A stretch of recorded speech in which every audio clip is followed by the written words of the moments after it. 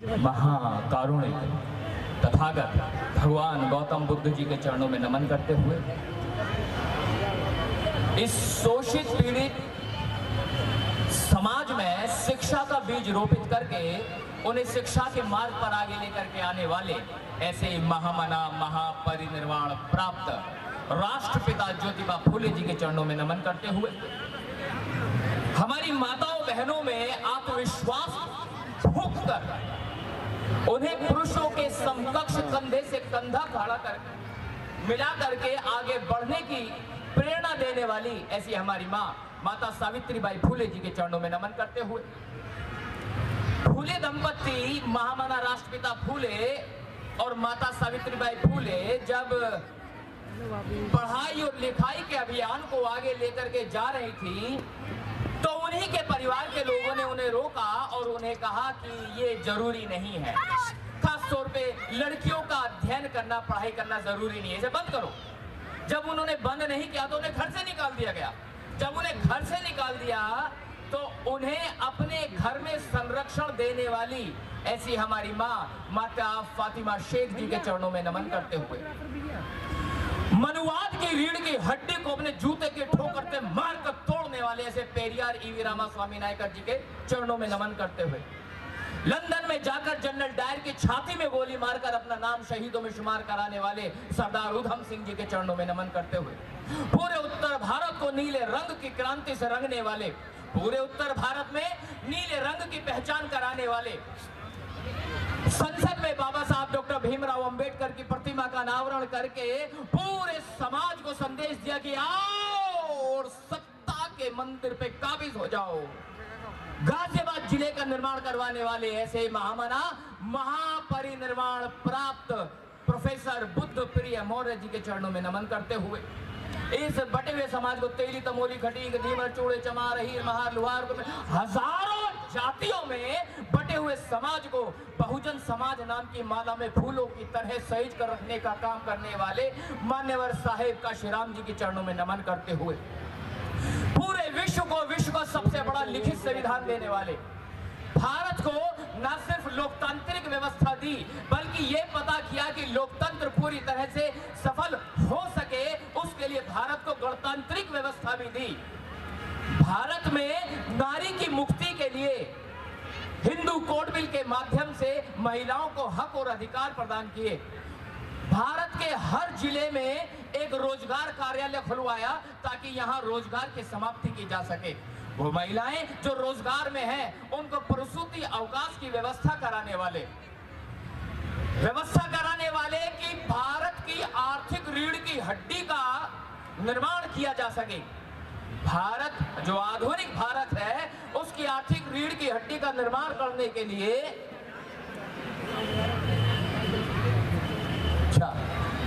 अच्छा फोटो भी लेना यार रिदम तोड़ दिया। हालांकि मुझे है ना वास्तव में दलित ही समझा जा रहा है। खैर ये इंपॉर्टेंट नहीं है कि फोटो कैसा आएगा, इंपॉर्टेंट ये है कि मैसेज कैसा जाएगा। That is more important than the kind of snap is happening here, that's not important at all. मैं क्या कहना चाह रहा था कि भारत की आर्थिक रीढ़ की हड्डी का निर्माण किया, अंग्रेजों को बताया कि बैंकों का बैंक होना चाहिए, बैंकों की करेंसी होनी चाहिए, पत्र मुद्रा होनी चाहिए, पत्र मुद्रा में भी परिवर्तनशील पत्र मुद्रा होनी चाहिए, अपरिवर्तनशील पत्र मुद्रा होनी चाहिए, प्रादेशिक पत्र मुद्रा होनी चाहिए। और आज आपके जेब में जो नोट रखा है उस नोट की रूपरेखा तैयार करने वाले बाबा साहब डॉक्टर भीमराव अंबेडकर जी के चरणों में नमन करते हुए The symbol of knowledge, वो आदमी जिसने उस समय ये निर्धारित कर दिया कि नदियों के ऊपर बांध बनाए जाने चाहिए क्योंकि बांध बनाने से नदी के फ्लो का इस्तेमाल किया जा सकता है बिजली बनाने के लिए और प्राकृतिक प्रलय से बचने के लिए। तब कहीं जाके रिहंद बांध, हीराकुंड बांध और भांगड़ा बांध जैसी परिकल्पनाएं सुनिश्चित की गई और वो सुनिश्चित करने के लिए जो काम किया वो थे हमारे बाप बाबा साहब डॉक्टर भीमराव अंबेडकर। केवल केवल इतना ही हो जाता तो बात खत्म हो जाती। बाबा साहब डॉक्टर भीमराव अंबेडकर एक कितना बड़ा व्यक्तित्व जिसे मैं समाजविद कह के बात खत्म करूं, नहीं हो सकता।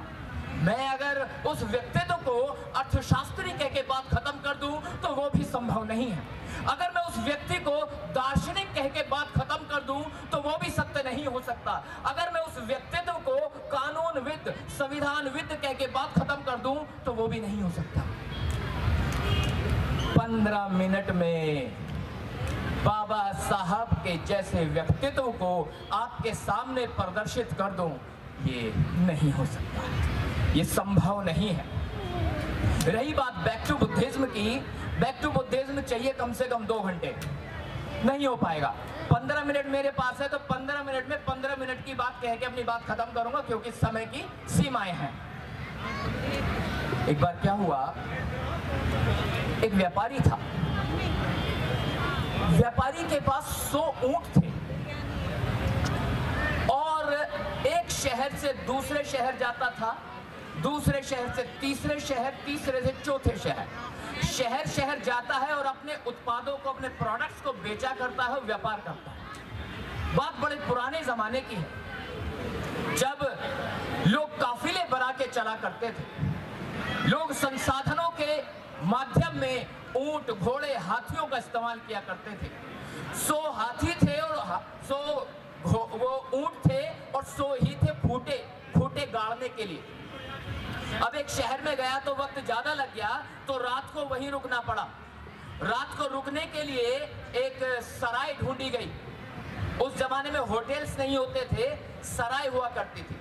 तो सराय में रुकने के लिए जाके निवेदन किया कि मेरे पास 100 ऊंट हैं और 100 ही खूंटे हैं, उन्हें भी बांधना है, खूंटों को गाड़ना है, क्या इजाजत मिलेगी? मालिक ने इजाजत दे दी। हर खूंटे के साथ एक एक ऊंट बांध दिया गया। 99 ऊंट बांध दिए गए, लेकिन ऊंट एक बाकी रह गया। गलती ये होगी, कहीं ना कहीं एक खूंटा कहीं मिस हो गया। अब वो मालिक के पास गया, कौन? व्यापारी। मालिक से पूछा, भाई साहब एक खूंटा हमारा खो गया है, अगर आपके पास अगर खूंटे की व्यवस्था हो जाए तो हमारा एक ऊंट बन जाएगा। तो उन्होंने कहा, देखो भाई ऐसा खूंटा तो नहीं है, लेकिन एक तरीका बता सकता हूं। कि बताइए। जो बंधा नहीं है उसे बांध दो और जो गाड़ा नहीं है उसे गाड़ दो। फिर बात समझ में नहीं आई, क्या कहना चाहते हैं आप? कि वो ऊंट जो खुला हुआ है उसके पास जाओ और जाकर ऐसी रस्सी से उसे बांध दो जो रस्सी है ही नहीं, और उसे ऐसे खूंटे से बांध दो जो खूंटा है ही नहीं। व्यापारी को बात समझ में आ गई। वो ऊंट के पास गया, ऊंट के पास जाकर के काल्पनिक रस्सी उसके गले में बांधी और एक काल्पनिक खूंटा जमीन में गाड़ा और वो काल्पनिक रस्सी उस खूंटे में बांध दी। रस्सी जो कभी थी नहीं, खूंटा जो कभी था ही नहीं। अब ऊंट बंध गया। सवेरा हुआ, व्यापारी को अब जाना है, व्यापारी जाने के लिए तैयार है। 99 ऊंट खुल गए, वो चलने के लिए तैयार है, लेकिन जो 100वां ऊंट बंधा हुआ था वो चलने के लिए तैयार नहीं है। उसे खूब धक्के लगाए, भाई चल भाई, वो हिलने के लिए तैयार नहीं है। वो केवल उतना ही चल पाता है जितनी रस्सी महसूस कर रहा है। वो गया वापस सराय के मालिक के पास, अरे साहब आपने क्या सिस्टम बता दिया, तो खुल ही नहीं रहा, ये तो चल ही नहीं रहा। तो अब मालिक ने कहा, जो बंधा नहीं है उसे खोल दो और जो गड़ा नहीं है उसे उखाड़ दो। तो ऊंट के पास आया, वो रस्सी जो बंधी ही नहीं थी उस रस्सी को खोला गया और वो खूंटा जो गड़ा ही नहीं था उस खूंटे को उखाड़ा गया और वो ऊंट चल पड़ा। अब आपको लग रहा होगा यार ये क्या कहानी सुनाई है, इसमें क्या है? ये कहानी आपकी जिंदगी से जुड़ी हुई है। हम सब ने वो सारी चीजें मान रखी हैं जो है ही नहीं, जो बंधी नहीं है उन्हीं से हम बंध गए, जो गड़े नहीं हैं उन्हीं को हमने गड़ा हुआ मान लिया। उदाहरण देके बताता हूं, हमारी बुद्धि को बांधने के लिए ऐसी ही रस्सियों का इस्तेमाल किया गया है जिन रस्सियों को कभी देखा नहीं गया। वो कैसे रस्सियां थी, आज उन रस्सियों के दर्शन कराता हूं। एक राजा था, राजा का नाम था राजा जनक। उसके यहाँ कोई बच्चा नहीं था, हालांकि बच्चा बच्चे ना होने की समस्या बड़ी पुरानी है। तो डॉक्टर से मिलता, हकीम से मिलता, किसी वैद्य से मिलता। वो किसी हनीप्रीत के पापा के टाइप के पास चला गया। समझ गए, हनीप्रीत के पापा टाइप लोग, आशाराम जैसे लोग उस जमाने में भी थे। तो उसने उसे समझाया कि राजा जी, अगर राजा रानी मिलके दोनों हल चलाएंगे तो बच्चा हो जाएगा। तो मैंने अपने गुरुजी से पहले पूछा, मैंने कहा गुरुजी, साला हल चलाने से बच्चे कैसे हो गए? राजा रानी ने मिलके हल चलाना शुरू कर दिया। हल चला रहे थे, हल चलाते चलाते एक जगह हल अटक गया। जब हल अटक गया तो बहुत कोशिश करी, नहीं निकला। खुदाई करी तो उसमें घड़ा निकला। घड़े में पुटर पुटर की आवाज आ रही थी। घड़े को फोड़ के देखा, उसमें एक लड़की निकली। लड़की का नाम रखा गया सीता। मैंने अपने उस्ताद जी से कहा, मैंने कहा उस्ताद जी, तो यार ये बताओ, बालक ना हो गए, आलू हो गए, शकरकंदी होगी, खुदाई में निकल रहे, बालक खुदाई में निकल रहे। मेरे गुरुजी ने कहा, गुरु ऐसा है, ये पढ़े लिखे समझ लेंगे, तेरे जैसा अनपढ़ ना समझ पाएगा इस बात को। पहले बहुत सख्त था, बंधा नहीं था, बांध दिया गया।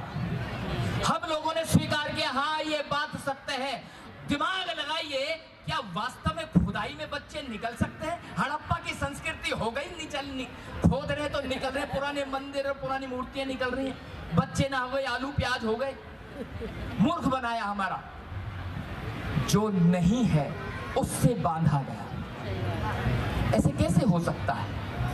ऐसे कैसे संभव है कि हम खुदाई में कुछ पाले? एक साधु था, उसका नाम था मत्स्येंद्रनाथ। मत्स्य मतलब मछली। मत्स्येंद्रनाथ वो भीख मांग रहा था। भीख मांगते मांगते वो एक घर पे पहुंचा। वहां एक महिला उदास बैठी है। अब महिला उदास बैठी, पूछा बेटी तू उदास क्यों बैठी है? कह रही मेरे यहाँ बच्चे नहीं, और ये समस्या बड़ी पुरानी है बच्चे ना होने की।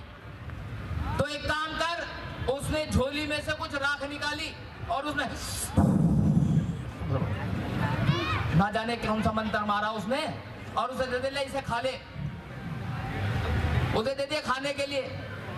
अब वो औरत ने खाया नहीं, वो उसने फेंक दिया गोबर में। अब साहब 12 साल बाद मत्स्येंद्रनाथ फिर आया, आके उसी महिला से कहने लगा, अब तो बच्चा तेरा 12 साल का हो गया होगा। मतलब उसे ये पहले पता था लड़का है। कह रहा तेरे लड़का 12 साल का होगा ना? गुरुदेव ऐसा है, वो जो बबूत देके मैंने ना खाई, वो तो मैंने गोबर में फेंक दिया। अच्छा, वो दिखा गोबर कहाँ है? मतलब 12 साल बाद पूछ रहा वो गोबर कहाँ है। अब वो गाय के पास ले गई और गोबर भी वही था, और गाय अपने थन से दूध अपने आप निकाल के उस गोबर पे डाल रही थी। उसने बच्चे को आवाज दी, बच्चे को आवाज दे रहा है, गोरख है। गोबर में से 12 साल का बच्चा निकल गया। ओ भैया, ओ बाबूजी, गाय के गोबर में से बालक आ रहे हैं। फिर वही 12 साल का लड़का आगे चल के बना गुरु गोरखनाथ। है पागल बनाने का थिएटर नहीं, बोलो हाँ या ना? आवाज नहीं आ रही, बोले यस और नो, यस और नो। पागल बना रहे हमारा, मूर्ख बनाया। गोबर में से निकल आएगा बच्चा, दिमाग तो लगाओ यार, कम ऑन। ये व्रत रखे बैठे हो सारे के सारे, है सारे के सारे, मतलब थोड़ा तो सोचो। गोबर में से मतलब इनका थिएटर ऐसा है, हिंदुओं ने ऐसी रस्सी से बांधा, कुछ भी कुछ भी। कुंती का नाम सुना? वो पांडवों की मम्मी, वो जो पांडु है, पांडु, 5 पांडु, उनकी मम्मी कुंती। शादी से पहले की बात है, एक आया वो साधु, उसका नाम है दुर्वासा, और बड़ा गुस्से वाला आदमी था वो। उसकी कहानी अगर मैंने बता दी वो ज्यादा खतरनाक है, वो नहीं बताऊंगा वो गुस्से में क्यों है, वो ज्यादा खतरनाक है। वो गुस्से वाला आदमी था और उसकी सेवा करती कुंती ने बहुत बढ़िया। अब न जाने कैसी सेवा करी कुंती जाने, दुर्वासा ऋषि जाने। अब साहब दुर्वासा ऋषि तो मंत्र देगा कि तू इस मंत्र को पढ़ेगी तो जिस देवता को चाहेगी बुला लेगी। अब कोई नई चीज मिल जाए, किसी को बालक को मिल जाए तो अंदर गुरु इसे करेंगे, इसे करेंगे। अब वो मंत्र मिल गया, वो मंत्र उसने पढ़ दिया। अब मंत्र जैसे पढ़ा वो तो ऐसे हो गया जब मोबाइल के विजेट खुल गए हो, दुनिया भर के खटके से खुल गए। किसे बुलाना है? अरुण, वरुण, यम, सूर्य, शनि, इंद्र। अब उसको उन्होंने सूरज को बुला ले, उन्हें सूरज का बटन दबा, सूरज जो यहाँ दिखाई दे, सूरज आ गया वहीं, सूरज आ गया, कहने लगा हाँ बता क्या चाहिए। वो कुंती कह ले ओ भैया मैं तो वैसे ही मंत्र से पढ़ दिए, नो तेने वैसे ही पढ़ दी, अब तो मैं आ गया, नो अब मैं आ गया हूँ तो मैं तो कुछ दे के जाऊंगा। कहनो भैया देख कैसा है, तुम जो देना जल्दी से दे दो और तुम यहाँ से चले जाओ। कह रहे मैं तेरे को पुत्र दे करके जाऊंगा। कुंती ने जैसे सुना, शादी तो हुई नहीं थी, कुंती ने जैसे सुना पुत्र देखा होगा, कुंती के चिमटे टेढ़े हो गए, उसके कुत्ते फेल हो गए, सारी स्प्रिंग खिंच गई, उसकी बैरिंग की गरारी घिस गई, गोली घिस गई, ग्रीस खत्म हो गई। ओ भैया, ओ बाबूजी, ओ कैसे करेगा? और मेरा तो ब्याह भी ना हो, और मेरे तो पापा मारेंगे वो। ओ भैया कह रहे नहीं, पुत्र तो दे के ही जाऊंगा। अब उसने ना जाने कौन सा खटका दबाया, कुंती के कान में से बच्चा निकल आया और लत्ते कपड़े पहन के स्वागत के अंडरवेयर बनियान पहन रखे उनने, कवच कुंडल सब रेडीमेड। मैंने कहा गुरु जी यार एक बात बताओ, ये साला बालकों ने पैदा होने की जगह बदल दी, कहीं से भी निकल ले, कोई खुदाई में, कोई गोबर में से, कोई कान। ओ भैया कान, सोचो तो सही कान कितना बड़ा हो गया वो पटके कान, इसीलिए उसका नाम रखा कर्ण।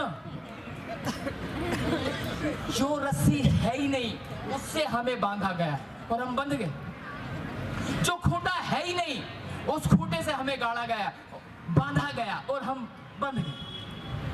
धर्मराज युधिष्ठिर, धर्मराज जिसको धर्म के चर्चे हो, भाई साहब उसकी तूती बोलती हो, सत्य का सत्यनिष्ठ, कर्तव्य का कर्तव्यनिष्ठ, उससे बड़ा कोई है ही कौन नहीं। इतना बड़ा लाट साहब, जानो उसने क्या करा?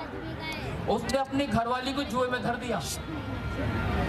जुए में एक पल के लिए सोच के देखो, आज अगर मैं अपनी घरवाली को जुए में दांव पे लगाऊं तो मेरे चरित्र के बारे में आपकी क्या राय हो जाएगी? बुरी। अब ना बोलने का कोई भी, सारे व्रत रखे बैठे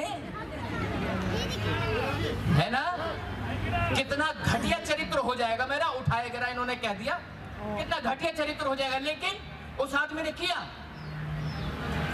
और उससे भी ज्यादा उसने क्या, दुर्योधन ने कर लिया, उरे को लाओ इसे, इसके लत्ते पाड़ो, इसके लत्ते पाड़ो।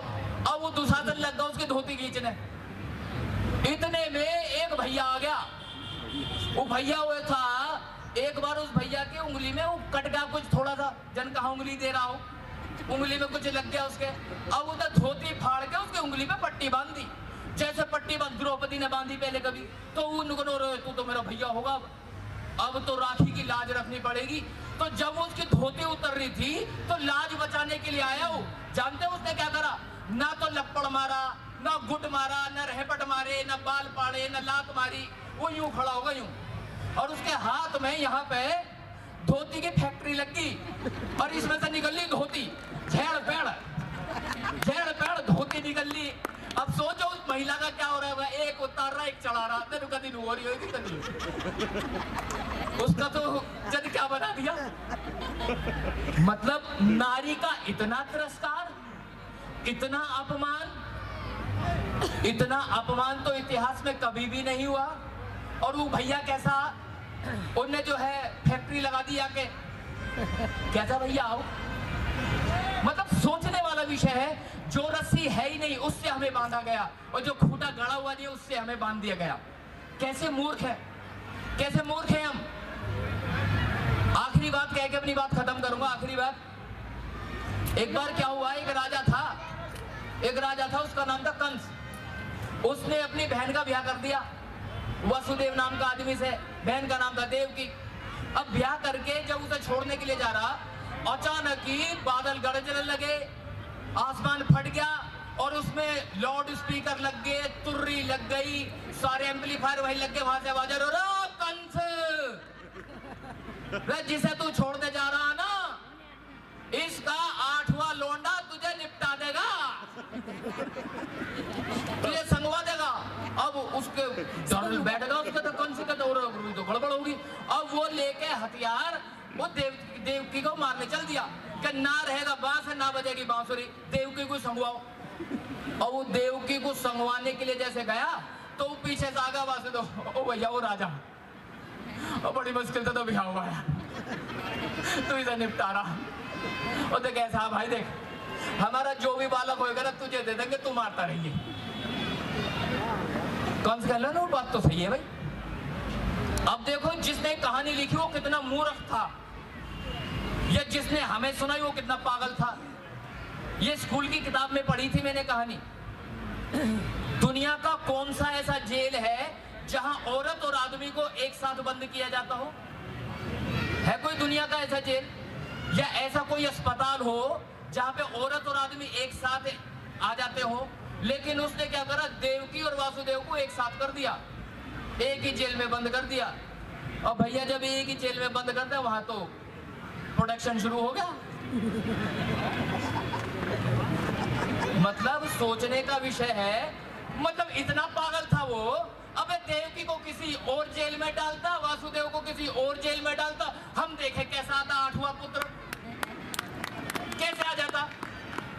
और कितना पागल आदमी है कंस, मतलब जिसने वो लिखी है कहानी वो कितना मूर्ख था। वो दोनों को एक साथ है और वहां पर रख के दोनों एक साथ कर दिए। वहां तो खेती बाड़ी हो, अब भैया वो इंतजार कर रहा कब 8वां आवेगा, कब मैं मारूंगा। और वो जो 8वां था ना वही था भैया, फैक्ट्री वही था, वही था। एक बात बताओ, ये जितनी मेरी माता बहन बैठी है, अगर मैं, सारे पुरुष भी सुनना, ये जितनी हमारी माता बहनें हैं, अगर इन्हें मैं नहाती हुई को देखने लगूं, इनके लत्ते गूदरे चुरा के भाग जाऊं और सीटी बजा के परेशान करूं, तो बताओ तुम मेरे साथ क्या करोगे? है कर दोगे ना ढंग से? मतलब तुम जो कोई बाल पाड़ेगा मेरे, कोई कपड़े फाड़ेगा, कोई पैर पकड़ के खचेड़ेगा, कोई हाथ पकड़ के खचेड़ेगा, कोई गुट बजाएगा, कोई लपड़ बजाए, ये सब करोगे तुम मेरे साथ। ऐसा भी हो सके ऐसा कर दो मेरी घरवाली, अरे किसका हाथ तू, ऐसा भी कर सको। तुम कितने दो मुंह के लोग हो, मतलब मेरा तो मुंह पीटोगे। और जो काम ये एक सच्ची में कर रहा था उसके नाम का तो 12 बजे व्रत खोलो, बर्फी रात को ही कटेगी, बिना बर्फी कटे तो व्रत भी ना खुले, रात को ही कटेगी बर्फी भी। तो जो रस्सी है ही नहीं उससे बंधे हुए हैं हम, और जो खूंटा है ही नहीं उससे बंधे हुए हैं हम। मेरा आप सभी से निवेदन है, किसी बात को इसलिए मत मानो इस मंच से कही जा रही है, किसी बात को इसलिए मत मानो कि पुस्तकों में लिखा है, किसी बात को इसलिए भी मत मानो कि बड़े बुजुर्ग कह रहे हैं, किसी बात को इसलिए मानो कि आपकी बुद्धि की कसौटी पे सही उतरती हो। अगर बुद्धि की कसौटी पे सही उतर मान लो, और नहीं उतरती तो मत मानो। अगर तुम्हें लगता है कि गोबर में से निकलेगा तो खूब मानो भैया, खूब। आपको लगता है कान में से भी निकलेगा कुछ तो मानो, और अगर लगता है ना ये ढकोसला है, दिखावा है, मूर्खता है, पाखंड है, इसको आज ही ठोकर मारो, आज ही ठोकर मारो। आपकी ताली से तो ऐसा लग रहा है जैसे ठोकर मार ही दोगे। लग गई भैया, लग भी गई। रोमांटिक मत करिए, मेरी गल बता रहा हूँ, हमने तो मार दी भी। मैं बता रहा हूँ। और हाँ एक चीज और, मुझे भी दुर्वासा ऋषि ने वरदान दे रखा। देखो ऐसा है, मेरी बात पे अगर जिसने ताली बजा दी तो ठीक, और जिसने नहीं बजाई तो घर घर जाके ताली बजाएगा। समझ गए?